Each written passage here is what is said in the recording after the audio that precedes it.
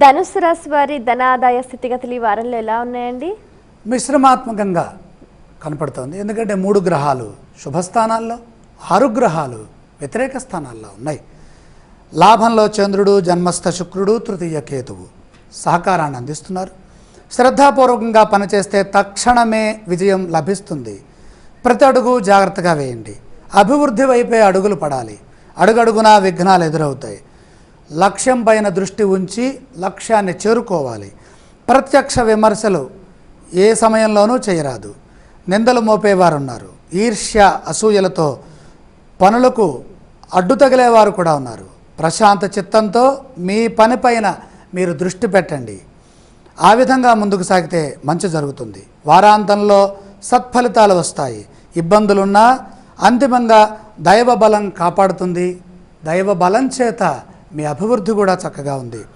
కుటుంబ సభ్యులతో చెప్పి తీసుకునేటటువంటి నిర్ణయాలు అన్ని విధాలా సహకరిస్తాయి. ఒత్తిడి లేకుండా చూసుకోవడం చాలా ఉత్తమం.